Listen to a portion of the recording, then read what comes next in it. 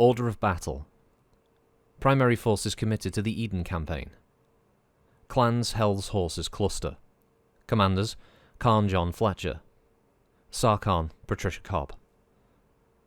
The most unusual of the clans, the Hell's Horses deliberately downplayed the use of battle mechs in favour of vehicles and infantry.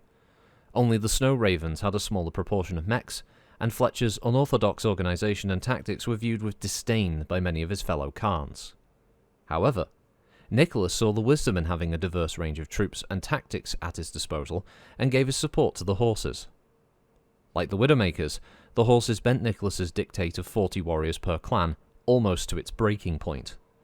They designated only vehicle and squad commanders to be full-fledged warriors, i.e. what would be officer and NCO ranks in an inner-sphere military, and for the other positions to be designated auxiliaries, allowing them to field a substantially bolstered conventional force. It was a gamble, but a calculated one that would pay off handsomely in the bitter campaign that would follow. Clan Jade Falcon Cluster. Commanders Khan Elizabeth Hazen. No Sarkhan assigned. Among the first clans ready for Operation Klondike, the Jade Falcons prided themselves on their mix of discipline and martial skill. In many regards, they were the perfect soldiers, and strove ceaselessly to win the respect and attention of the Il Khan. Their ability to plan and execute complex strategies would prove a decisive advantage in the Eden Campaign, particularly in the later stages in and around Naviskva, when the sophisticated enemy sight proved a threat to the clans. The Falcons' pride in their own abilities would, however, return to haunt them at the end of Klondike. Clan Smoke Jaguar Cluster. Commanders Khan Franklin Ossis, Sarkhan Liam Ismail. Like their namesake, the Jaguar Talman proved itself an efficient killing machine, combining speed and aggression with an unerring sense of where and when to strike. Unlike the disciplinarian Falcons, the Smoke Jaguars were almost anarchic in their approach to war, each warrior honing their own skills as they saw fit. It is a testament to Khan Ossis's charisma and insight that he could maintain order within the clan and direct their efforts to devastating effect, making them one of the most proficient, though not respected, of the clans. Clan Wolf Cluster. Commanders Khan Jerome Winson, Sarkhan Elise Fetradal. The Wolf Cluster never demonstrated the spit and polish of the Falcons or the naked aggression of the Jaguars, but they were no less efficient a war machine. They were calm, collected, and relentless. They stalked their prey and attacked at the most opportune moment, demonstrating a patent efficiency that soon caught the attention of the Il Khan and his brother.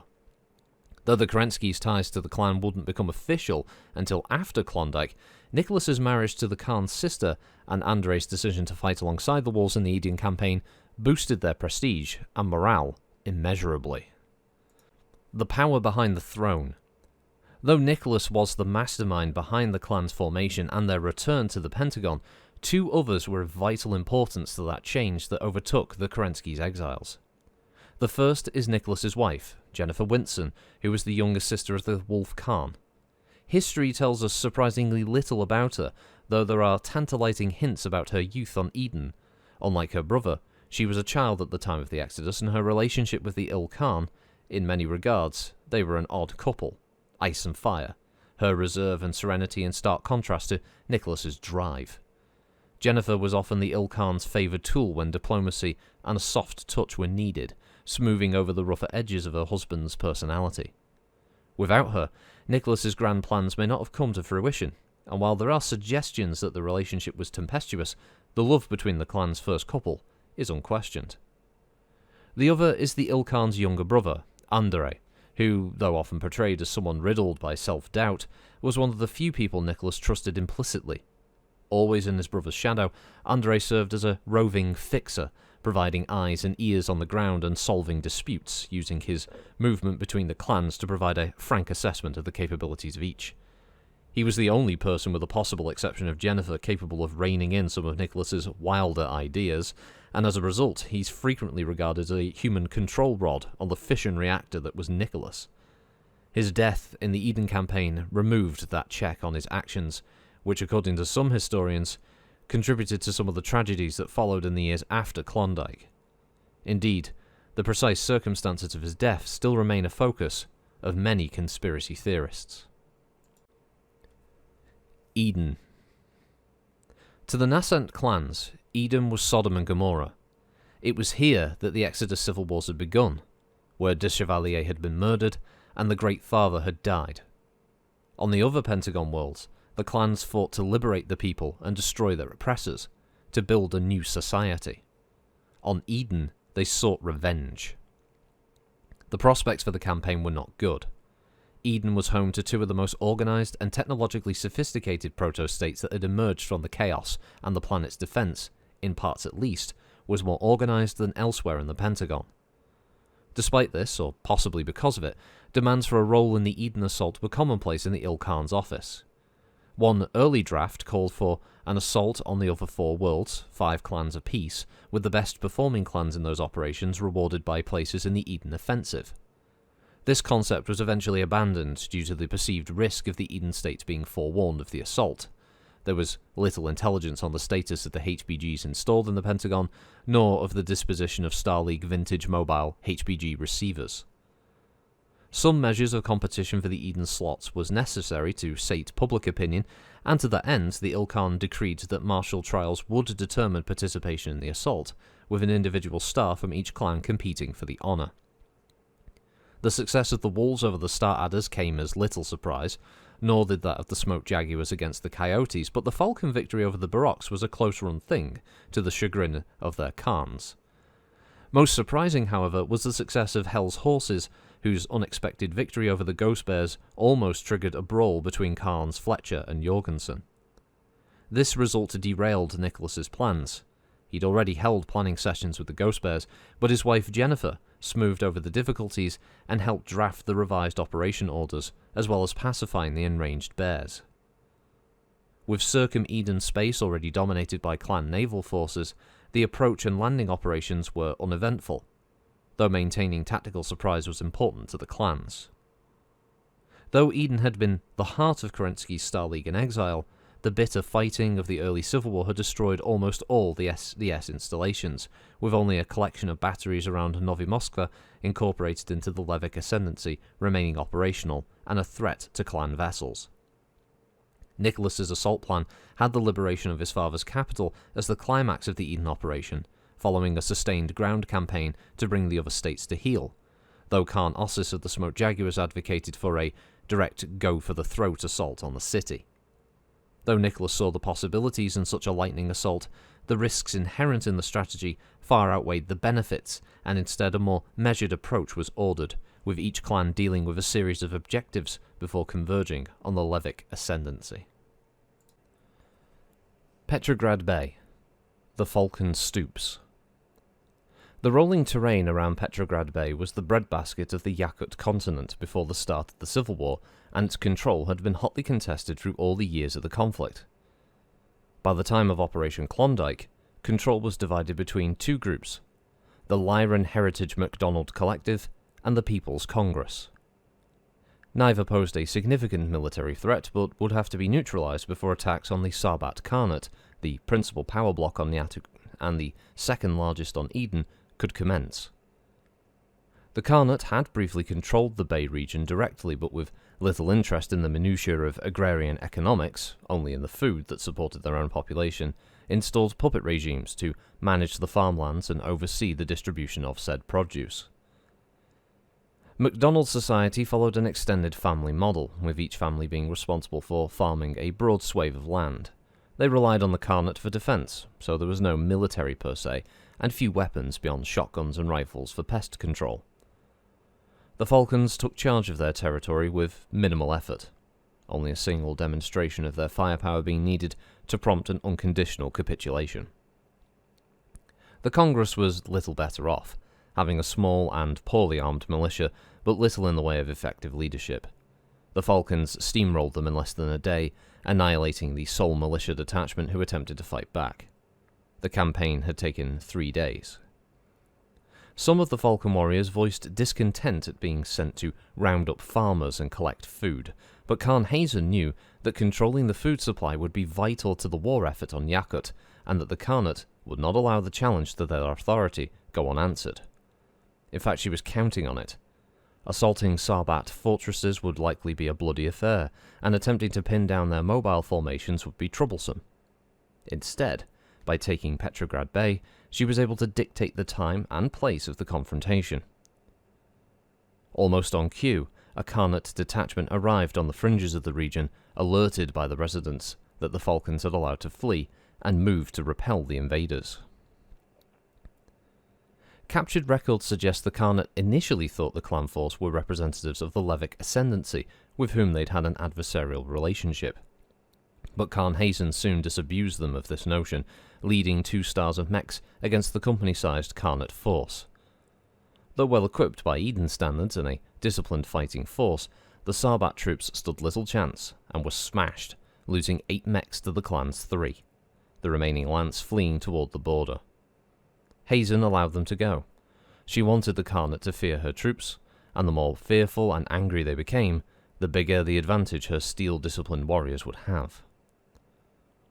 Several more probes came over the next week, but the Falcons turned them all back, always deploying a numerically inferior force, but inflicting more serious losses on the opposition.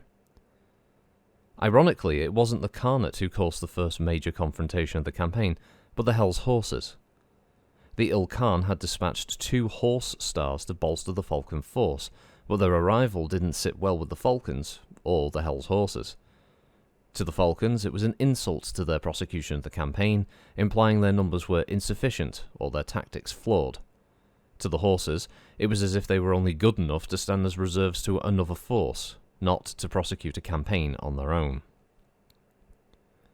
On the 19th of July, the Khanate made a probing attack toward the clan positions, and elements of both the Falcons and Horses moved to intercept. It became a race, each trying to interfere with the other's efforts. For a while, it seemed the lighter horse force had prevailed, but before they could engage, accurate Falcon fire lanced past into the Khanate formation, which veered away, believing itself under attack by a larger clan force. The Horses, however, thought that the Falcon warriors had attacked them, and immediately turned on their confederates. Mechs traded physical blows and sporadic weapon fire, though even in their bloodlust they realized the punishments Nicholas would exert for their clashes, and exercised restraint. In their efforts to assuage their honor, 2 kilometers away, the Khanate force slowed their fight, and, realizing the enemy was at each other's throats, turned back onto the offensive, driving into the Falcon flank. Their sudden assault might have broken a less disciplined force, but the clan troops absorbed the blow, shifting their lines to maintain unit cohesion. After a few brusque words for the local commanders, the horse force disengaged and withdrew to a safe distance. By attacking the Falcons, the Khanate had chosen the victor of their clash. As with so many other clashes, the outcome was rarely in doubt, but the Falcon losses were markedly higher than in previous engagements, and Khan Hazen made it clear in no uncertain terms that she'd not work with an amateur force ever again. Ironically, the clash with the Horses played into the Falcons' hands. Despite them being mauled, the Khanate leadership now believed the clans were having problems maintaining discipline. Records show that they didn't realize until too late that there were many different clans, and that a massed assault stood a good chance of breaking the enemy. Approximately regimental strength, the Sarbat Combined Arms Force struck on the 24th of July, driving directly for the Falcon cantonment. Their records show that, seeing scarcely 2 companies opposing them, the Khanate forces were in high spirits, expecting to drive the invaders into the sea in short order. Arrayed perpendicular to the coast, the Falcon battle line lay down a withering barrage against the attackers who, despite their numbers, faltered. Their leaders urged them on, their mech battalion at the centre of the line and their armoured battalions on the flanks. Pressing forward, they were buoyed as the clan troops were forced to give ground, slowly but surely. Sensing victory, the Khanate line discipline began to waver, and at that point the Falcon reserves rose from where they'd been concealed in the deep waters of the bay, charging into the already fragmenting Khanate flank. Victory turned into a rout, and the Falcons systematically smashed the enemy, this time allowing none to escape. On the 5th of August, the Falcons occupied the Khanate capital of Rubat, effectively ending the campaign. Almost a quarter of their warriors had been killed or injured in the campaign, and more than a third of their mechs and vehicles had been damaged or destroyed. Nonetheless, they remained an effective fighting force, and used the lull of the second half of August to rest and refit, reaching 80% of their operational strength by the time the Grand Campaign began. They had every reason to think that Nicholas's promise to join his bloodlines to the best-performing clan would result in his joining the Falcons. The Peninsula Campaign. The Horse Canters. Wary of the offensive capability of Clan Hell's horses, Nicholas held them in reserve during the early weeks of the Eden operation, deploying them piecemeal as auxiliaries to bolster the other clans or to provide rear area security, often, as was evident by their clashes with the Falcons, being regarded poorly by their allies. Khan Fletcher refused to take this as a slight, but by mid-July both he and his clan were chomping at the bit as news of the other clan's successes came into Nicholas's HQ. Fearing his clan would be left behind, he petitioned the Ilkhan for a specific combat assignment, and to his surprise, he was rewarded with a challenging mission: the clearing of the city-states of the Purgatory Peninsula. Nicholas assigned half of the horses to this operation, a tiny force compared to the armies of the feuding cities, but no more of a challenge than faced the other three clans. Unfortunately, bad intelligence nearly doomed the operation at its outset, and only fast thinking by Khan Fletcher allowed his troops to prevail.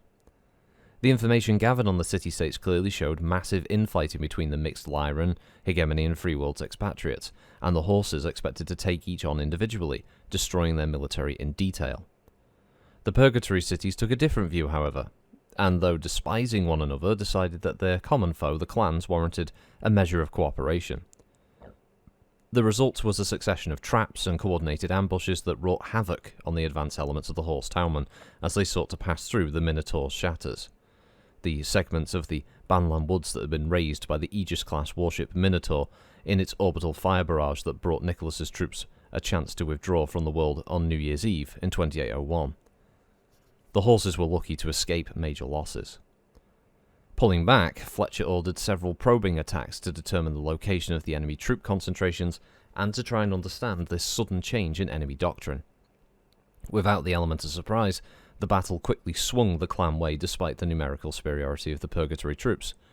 The key, the Khan realised, was the enemy's fixation with attacking mechs, which often left the horse infantry and vehicles free to do as they pleased. As a consequence, the clan mechs became nothing more than elaborate decoys, being used to lure the enemy troops into killing grounds where the horse infantry and armour crippled and occasionally destroyed the enemy mechs. Clan losses in this high-tech guerrilla war were minimal, and on the rare occasions that the enemy did try to turn the tables, the clanners simply disengaged and withdrew. After 2 weeks, most of the Purgatory mechs and armour were destroyed or captured by the clans, and attention then turned to the cities. Though they were a scattering of minor settlements, only 3 were of significance to the clans: Allah, Dante, and Vesta, and these were isolated from one another. During the campaign, the horses had used broad-spectrum jammers to interfere with enemy communications and hinder efforts at coordination, but as they approached the cities, they ceased the interference. Allah was the first to be attacked, its walls breached by a determined infantry and armour assault commanded by Sarkhan Cobb, the mechs lancing in to finish the job when the foot soldiers had secured the main gates. The defenders stood little chance, and after 3 bloody hours of fighting, the city capitulated. The calls for the help of their troops, and the chaos as position after position was overrun, were broadcast to the other cities. Dante put up less resistance than Allah, making a half-hearted attempt to defend the walls, and then capitulating once the clan troops had broken through. Vesta was another matter, however, but it still fell despite a dogged defence of the government district. In this last clash, it took bitter room-by-room fighting by clan infantry to quell the resistance, though a dozen hours after breaking into the city, it was solidly in clan hands. Fearing bloody punishment by the clans, the Purgatory cities were surprised when Khan Fletcher announced his intention to stage martial trials among the population and to incorporate the best warriors into his infantry and vehicle auxiliaries. This allowed the horses to regain their full operational strength much faster than the other Eden clans, and together with the success of the Peninsula campaign, put them in a good position for the Grand Campaign against the Levic Ascendancy. A Legacy of Violence. The Jaguar Pouncers. Raised on Eden by his federated son's parents, Franklin Ossis had experienced the fracturing society firsthand. Joining a federated son's gang in the Fed Sons Capellan ethnic unrest that tore the colony apart, he was then incarcerated in a Circean penal camp. Though he abhorred senseless violence, he found himself immersed in a culture of violence, and so it's little wonder that he emerged as one of the most brutal of the clan founders. Joining Nicholas's exodus to Stranameshti, he soon proved his worth as a warrior and a leader of men. Though at first glance he seemed to lack the discipline of the other clans, these proto-Jaguars were fearsome warriors. Individually superlative, they held together as a unit by the force of personality of their Khan alone. The Ilkhan was somewhat wary of the Jaguars' capabilities. Despite his brother assuring him that they met all the criteria to be declared an operational part of the clan Tauman, they were assigned a role that, though challenging, was deemed less risky: the pacification of several militaristic city-states in western Yakut and on the smaller continents of Amur and Irkutsk. The lead elements of the Jaguar Tauman landed in Amur on the 2nd of July, and almost immediately found themselves embroiled with the local militia. The ferocity of the attack on the clan bridgehead removed any complacency they may have had about the operation and focused their minds on the task at hand. In the weeks that followed, the ill-disciplined rabble metamorphosed into a proficient and disciplined fighting machine. They were doing what they were trained to do, what some of them said they were born to do. The towns and villages of Amur fell inexorably to the Jaguar juggernaut, allowing them to move on to the city-states of Irkutsk. Khan Ossis predicted a similar campaign there, but matters soon spiraled out of control. During the Amur campaign, the Jaguars made use of Hell's Horse auxiliaries to secure captured territory and to marshal prisoners. On Irkutsk, they wouldn't have had that option, the horses being involved in their own campaign in the Purgatory Peninsula at this time. The pace of the Jaguar advance slowed with the need to secure their rear areas, and many in the clan became frustrated. In the city of Kaliningrad, the situation turned into a major problem for Khan Ossis when a group of workers refused the orders of a clan guard and were badly beaten and abused. When news of the incident began to circulate, including stories of torture and rape by some of the Jaguars, the city's population rose up in a general insurrection. Several Jaguar warriors were killed by the mob, and Ossis withdrew his troops to the fringe of the town. With little experience of riot control and no way of distinguishing between rioting citizens and members of the militias, Ossis saw only one way forward. He designated every occupant of the town an enemy combatant, and ordered his aerospace forces and artillery to level the town. Hundreds died, but the Khan ordered the bombardment to continue until no building in the city remained standing. The survivors were in a pitiful state and easily handled, allowing the clan to move on to their next objective. When the Ilkhan made no comment about the tactics employed by the Jaguars, Khan Ossis and Ismail decided to follow the old adage, "May as well be hung for a sheep as a lamb," and adopted the tactics for their future operations. Upon arriving at an enemy-held settlement, the Jaguars announced themselves as the Destroyers of Kaliningrad and promised the same to any town or village that resisted them.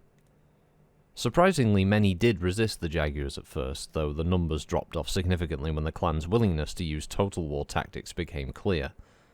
The Jaguars did moderate their tactics slightly, though, giving civilians time to flee before destroying the settlements, though they maintained that anyone in the possession of weapons or military equipment would be met with force.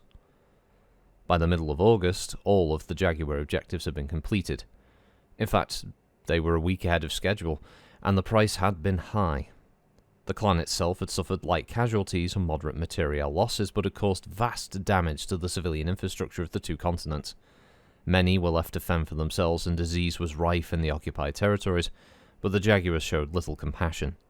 They should have surrendered after the first object lesson, was Ossis's sole comment on the matter, and though he never said anything publicly, Nicholas's diaries show that he was furious with both the damage inflicted by the Jaguars and the ill will they engendered.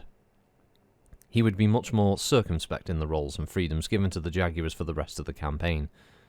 Though the Eden campaign had forged them into a more disciplined fighting force, their casual brutality was not something he wished to encourage, but as a pragmatist, neither did he want to discard any tool in his arsenal.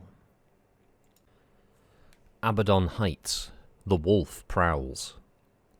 Situated in what many of the early colonists called a plague zone, an area where the curse of Eden, a virulent pathogen that caused brain fever, was endemic, the Abaddon Heights were named for the destroying angel of the apocalypse. Thankfully for Khan Winston and his troops, clan scientists had developed an antigen, stockpiles of which would be a useful bargaining chip in the campaign that followed. The combination of upland terrain and disease meant that the wolves would be fighting in one of the least populated parts of Eden, but the mineral resources, including Eden's sole known source of uranium, and the troops guarding them, meant the clans couldn't ignore them. Many of the mining communities were isolated and independent, little more than frontier townships, but some had grown rich and corrupt on the proceeds of their exports to industrialized proto-states like the Sarbat Khanate or the Levic Ascendancy. Much of this wealth had gone into the pockets of the bosses, but a significant amount had gone into establishing defences and private armies. After all, the simplest way to get rich is to take the riches of someone else.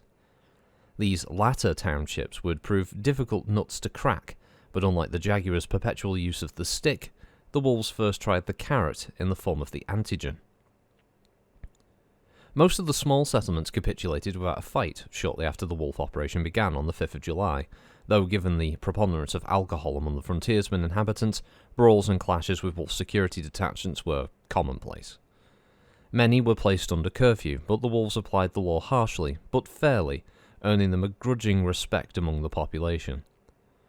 Where military action was called for, care was taken to avoid civilian casualties and collateral damage, the antithesis of the Jaguar campaign. However, as the campaign progressed, some of the more brutal opponents came to see the wolves' compassion as a weakness and attempted to exploit it by coercing civilians, particularly women and children, into delivering explosive devices or carrying out terror attacks. Though the wolves were the initial target, these incidents soon became an avenue for settling scores, and Winston's troops soon found themselves cast more as a peacekeeper than an occupier. They weren't popular, but their fairness did earn them a modicum of respect. Some townships resisted fiercely, employing anything from laser drills and mining charges to jury-rigged industrial walkers and, occasionally, battle mechs. Most such engagements were woefully one-sided, but some demonstrated the martial prowess of the wolves. One such clash took place at Afula, where a well-equipped militia played cat-and-mouse with the wolves in and around the fortified refinery complex. The wolves refused to be drawn into fighting on the defenders' terms, instead maintaining their distance and staging lightning raids to keep the enemy off balance. They proved adept at isolating enemy units and forcing their surrender, slowly but surely sapping the defenders' strength. It wasn't a fast strategy, but it was efficient. The slow pace didn't sit well with the Jaguar Khan, who, when discussing the wolf peacekeeping efforts, asked, "Is this a pack of wolves on the hunt, or a flock of sheep grazing?" Khan Winston merely smiled. His clan would soon demonstrate their prowess. The Grand Campaign. On the 24th of August, Founding Day, the clans launched a multi-pronged assault on the Levic Ascendancy, an operation they came to call the Grand Campaign. The individual campaigns to date on Eden were little more than a warm-up for the campaign against the Ascendancy, the most technologically and militarily sophisticated faction on Eden, and quite possibly the entire Pentagon area. The Levics hadn't been idle while the clans had overrun their neighbours. They instigated a number of the incidents that plagued the wolves and jaguars, and had prompted the Purgatory city-states to ally, but this was the first direct clash between the factions. The Ascendancy fielded a substantial military, 2 battalions of mechs and 2 mixed infantry and armour regiments, as well as a significant aerospace force, which they'd used for years to harass the Sarbat Khanate. No sooner had the clan forces crossed onto the continent of Nuruf than they came under sustained air attack. The clans had expected the Ascendancy to contest their bridgeheads, but no ground assaults came, the enemy commanders realising that, while they may throw back one or more of the landings, doing so would weaken their defences and leave them open to attack by the other clans. Instead, they waged a campaign of harassment, shadowing the clan troops with recon aircraft and hover scouts, calling in airstrikes and arranging ambushes along their route of advance, using signal intercepts to identify key clan targets. Unlike the rest of Eden, where the clans were largely assured aerospace supremacy, dogfights became a common sight over Nuruf in late August and early September, though eventually the clans would win out, and the Ascendancy aircraft focused efforts on guarding their heartland. The first major clash between the Ascendancy and the clans took place in the Cathay district, the region where the insurrection against the Star League in exile had burst into flames 2 decades before, with the declaration of the new Capellan hegemony. Jade Falcon troops cornered a reconnaissance troop at Yang's Bazaar and forced its surrender after a brief firefight, but the local Ascendancy Marshall Foundation, AMF, and its commander staged a daring special forces raid to try and recover his personnel. It failed, but the shock of the precision raid that came close to both freeing the prisoners and annihilating the Falcon leadership caused the clans to pause briefly and take stock. The complacency they felt after their easy early stages of the campaign faded away and was replaced by a grim determination. The Smoke Jaguars and the Wolves faced similar covert ops attacks, but forewarned by the Falcon experience, repulsed them with ease. For Nicholas and Andrei Kerensky, the strikes were a bitter reminder of the early months of the Pentagon Civil War when covert strikes had been launched against their father. Ironically, a number of those who had served on Alexander's staff and who denied efforts to elevate Nicholas to command of the SLDF were among these commanding the AMF forces. Zugzwang. By the 19th of September, the clans were only 50 kilometers from Novimovska, the need to garrison settlements and secure their rear areas proving a major hindrance. Clan Smoke Jaguar had seized several towns during their advance, only to see the population rise up against the occupiers once the main force had departed. This drew predictably bloody reprisals from Khan Ossis and highlighted the inherent weakness in the small but elite clan force. Its warriors, all 160 of them, give or take the Hell's Horse's bending of the rules, could only be in a finite number of places at once. Where the clans were concentrated, such as in the clashes at Hill 319 and Groven, they handily defeated the AMF troops, but elsewhere the ascendancy numbers took their toll, swamping the clan forces. The AMF commanders quickly realised this and came to understand that their best hope for securing a victory, or at least a more favourable term, was to cost the clans what they lacked the most: manpower. Killing the enemy was always a central tenet of war, but here it became a strategic objective. The ascendancy troops already had numbers on their side, and, bolstered by a determined if unskilled citizens' militia, drastically outnumbered the clans. They withdrew into their capital, hoping that in the streets of Novimovska, clan losses would be so extreme as to give even Nicholas pause for thought. The AMF withdrawal into Novimovska was the worst possible outcome for the clans, but one Nicholas had predicted. He ordered fast Wolf and Jaguar mech stars and aerospace forces to intercept the withdrawing troops, but few were successful, and he issued recall orders rather than overextend his lines and risk the destruction in detail of the clan forces. In the strategy session that followed, the clan's predicament came into sharp relief. The standard strategy for such a situation was to besiege the occupants, starving them out, or bombarding the city and denying the defenders refuge. The clans lacked the numbers to mount an effective siege, though aerial reconnaissance and interdiction strikes made the AMF's life difficult. Nicholas was unwilling to raise his father's capital despite Franklin Ossis's suggestion of a Bantra solution, referencing an ancient battle where, to save the town, it became necessary to destroy it. The only viable option then was to send troops into the city, but history had shown that such battles were among the bloodiest possible. The names of Stalingrad, Grozny, and United City echoed through the history books, standing as object lessons to military commanders. Yet Nicholas knew he had to act, even if doing so risked dooming the clans. The Battle of Novimovska. Arranged like a great wheel around the government hub with broad boulevards at the cardinal points, the construction of Novimovska was intended to give the Star League in exile a capital worthy of this new society. It was a mixed success, with some elements firing the imagination, such as Cameron Park with its memorial to the Star League, while others were stark and utilitarian, assembled from prefabricated kits. The city's centrepiece, the government district, epitomized this duality with its massive structures, intended to be reminiscent of the colonial era of Terra's late 19th and early 20th centuries, but which lacked any real character. 2 decades of war hadn't been kind to the city, much of which now was run down and bore the scars of civil war. Many buildings had gained air raid shelters in the first few years after the Second Exodus during a particularly intense series of clashes between the Ascendancy, the Khanate, and several other factions who had collapsed or been crushed by the time the clans arrived. It was to these shelters that much of the population fled, as the clan forces entered the city.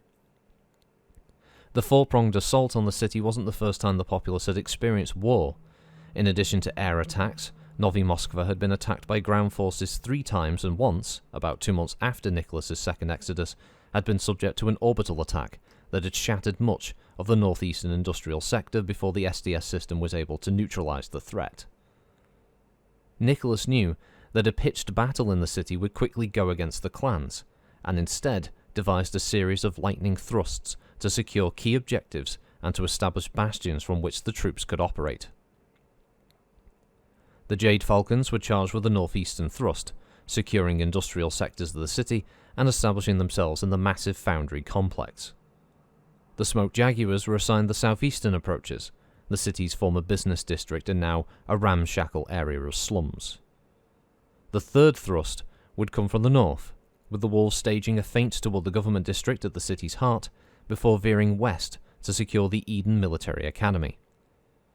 In each thrust, mechs would lead the way, supported by Hell's Horses vehicles and infantry.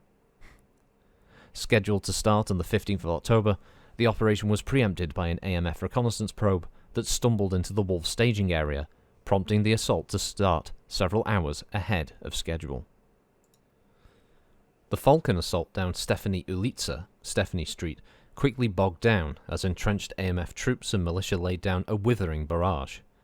Spread across multiple floors of the buildings lining the street, the AMF squads were difficult to dislodge without inflicting serious collateral damage. With many equipped with man-pack PPCs and anti-armor weapons, the militia could inflict significant damage. Other than destroying the buildings, which Nicholas refused to sanction, though many buildings did sustain significant damage from machine gun and laser fire, the only option was to clear them with infantry, a bloody and dangerous task. The AMF troops frequently booby-trapped the buildings they were using, but the Falcons refused to be cowed and maintained their advance, reaching the foundry on the evening of their second day in the city. The Jaguars were more fortunate, facing only scattered resistance until they neared their objective. Unlike the reinforced industrial complexes through which the Falcons had battled, the Jaguars found themselves in a sea of prefabricated ferrocrete structures, each topped with gaudily coloured tiles. These provided little protection for ambushes, though they did provide plenty of cover for snipers who picked off exposed clan warriors. The first real opposition came as the assault crossed the Cameron Most, or Cameron Bridge, with AMF gun emplacements and mechs focusing their fire on the Jaguars as they were funneled across the narrow bridge. Several mechs were brought down before lighter elements of the Jaguar force jumped the river and flanked the AMF positions. Realizing their danger, the Ascendancy troops withdrew. As they did, they attempted to trigger demolition charges they'd placed on the Cameron Most, but Horse combat engineers had managed to remove the charges during the firefight. With the river crossing secure, the Jaguars moved to occupy the Novi Moskva Borsk and the markets of the Ploshad Karensky, or Karensky Square. The Wolves' firefight against the AMF scouts turned into a pursuit. A star of fast wolf mechs equipped with jamming equipment pursued the interlopers before they could report their movements to their superiors. The main force pushed its way down Novi Zemlya Boulevard, or New Earth Boulevard, making slow but steady progress toward Cameron Park, where they returned to attack the academy. The situation on the ground was fluid and prompted significant revisions to the assault plan, allowing them to avoid enclaves of particularly strong AMF resistance. At about 0300 hours, roughly 6 hours after the offensive began, the hunters suddenly found themselves the hunted. The Wolf forces pursuing the scouts accidentally repeated their opponent's mistake and stumbled into an ascendancy staging area. They were soon cut off, and unsupported by infantry, were very vulnerable. Khan Winson ordered a detachment to cut an escape route for the trapped forces, and Andrei Kerensky would take charge of the operation, and by 0700 hours had recovered the errant warriors. Only one of their mechs remained operational, but the other 4 members of the Star had continued the fight on foot after their mechs were downed. 2 would later die of their injuries, but they had given a good account of themselves. According to the recovered battle ROMs, they'd killed dozens of AMF troops and crippled or destroyed over a lance of vehicles and mechs. By midday on the 16th of October, the Wolves were pushing into the academy grounds, but meeting significant resistance. Airstrikes and artillery barrages proved effective against some concentrations of troops, but many were hardened against such attacks, and the defenders could only be dislodged by brute force on the ground. It was a process that would take several days, during which time all 3 clan forces were under prolonged attack. Refusing to remain safely away from the fighting, Nicholas had moved his command post into Novi Moskva on the 21st of October, taking up residence in his father's SLDF command bunker that had been cleared by horse infantry the previous day. Khan Fletcher's warriors had taken a bloody beating in the assault, particularly during an ambush on Novi Zemlya Boulevard, where AMF squads had targeted the lead and trailing vehicles in the convoy with anti-armor guns, trapping the rest of the force between the two ruined vehicles and then bombarding the impromptu killing ground. Wolf mechs had finally broken the impasse, destroying several of the AMF bastions and bulldozing an escape route for the tanks and APCs, but not before several dozen horse warriors and auxiliaries lay dead. Firmly ensconced in their new bases, the clans settled into a routine of aggressive patrols, seeking to provoke the AMF forces into action while attempting to avoid a predictable routine that would allow the Ascendancy to stage an effective ambush. It met with mixed success. In the industrial zone, combat was continuous, though rarely ever reaching the tempo of the initial assault. The Jaguars, however, found themselves beset by Nats, a plague of militia, often armed with small-caliber weapons that were a nuisance rather than a threat. Denied a clear opponent to strike against, the Jaguars became frustrated, and this exploded into violence when a group of militia attempted to ambush a Jaguar patrol, and when they failed, sought refuge in an apartment complex. When the terrorists refused to surrender, the Jaguars began a systematic bombardment of the block, causing its collapse. More than 80 civilians died. Called upon to justify his actions by the Ilkhan, Khan Ossis stated that if the enemy flouts the rules of civilized warfare to strike at us, then we should strike back with similar tactics. If they kill one of us with an improvised bomb, we will kill 20 of them. Staging out of the academy grounds, the Wolves had fewer civilians to deal with and found themselves involved in a protracted hunt. Their quarry was the AMF High Command, whose location had yet to be divined and who continued to coordinate resistance to the invaders. While they remained operational, the clans couldn't hope to subdue the city, but there were dozens of potential locations ranging from Star League and Exile bunkers to newly built pseudo-fortresses beneath apartments and office blocks. Each had to be isolated, investigated, and then sometimes investigated again, as it was rumoured that the AMF commanders relocated themselves regularly. The break would come on the 11th of November, when a signals intercept picked up by a high-speed burst from the skeleton of Unity Station, the Novi Moskva terminus of a maglev line that was never finished. The building was incomplete, but the construction site was an ideal concealment location for another bunker. Unfortunately for the AMF, a Jade Falcon patrol was only 150 meters away when the signal was detected and quickly moved to surround the site. The fierce resistance that erupted from the site convinced the Star Commander of the site's significance, and reinforcements were vectored there from all of the clans. Soon, an ad hoc force of all 4 clans were now engaged around the site, with Sarkhan Elise Fetlardal of the Wolves taking operational control. When recon imagery showed a significant AMF force heading toward the site, Andrei Kerensky once again led a second detachment to intercept them. The battle raged into the night, but by dawn, the Ascendancy troops had withdrawn, and the bunker and its occupants were in clan hands. Chief among the prisoners was Major General Matthew Tillum, the head of the Ascendancy, and one of those whose personal ambition had prevented Nicholas from succeeding his father 2 decades earlier. With the loss of their leadership, the AMF resistance collapsed, though pockets of resistance remained, notably in the Palace of Justice and the Finance Ministry. As the clans exerted their control across the battered city, they knew they could afford to wait out the last few rebels, and cordoned off the AMF strongpoints while they secured the city. Victory, it seemed, was at hand. However, the blood price had not yet been fully met. On the 1st of December, a reinforced lance of AMF mechs attempting to escape the city encountered a lone clan mech in Cameron Park. Seeing the chance for a small measure of revenge, they attacked without mercy, and though sustaining significant damage, brought the mech down and then deliberately destroyed the cockpit. The pilot was Andrei Kerensky. His death sent the Wolf clan into a frenzy, and his fleeing killers were hunted down and slain. On the 3rd of December, with the fall of the Palace of Justice, the Ilkhan declared the Eden campaign concluded. The remainder of the month seeing only sporadic clashes. Yet the victory was bittersweet, the death of Andrei Kerensky sending shockwaves through the clans. Nicholas's grief was intense, but there were still campaigns to conclude, and the Ilkhan threw himself into his work. Needing to distract the Wolves from their own grief at losing a warrior they considered an adopted member of the clan, Nicholas reassigned Khan Winston's force to Dagda, pairing them with the Jade Falcons in an effort to break the deadlock in the campaign.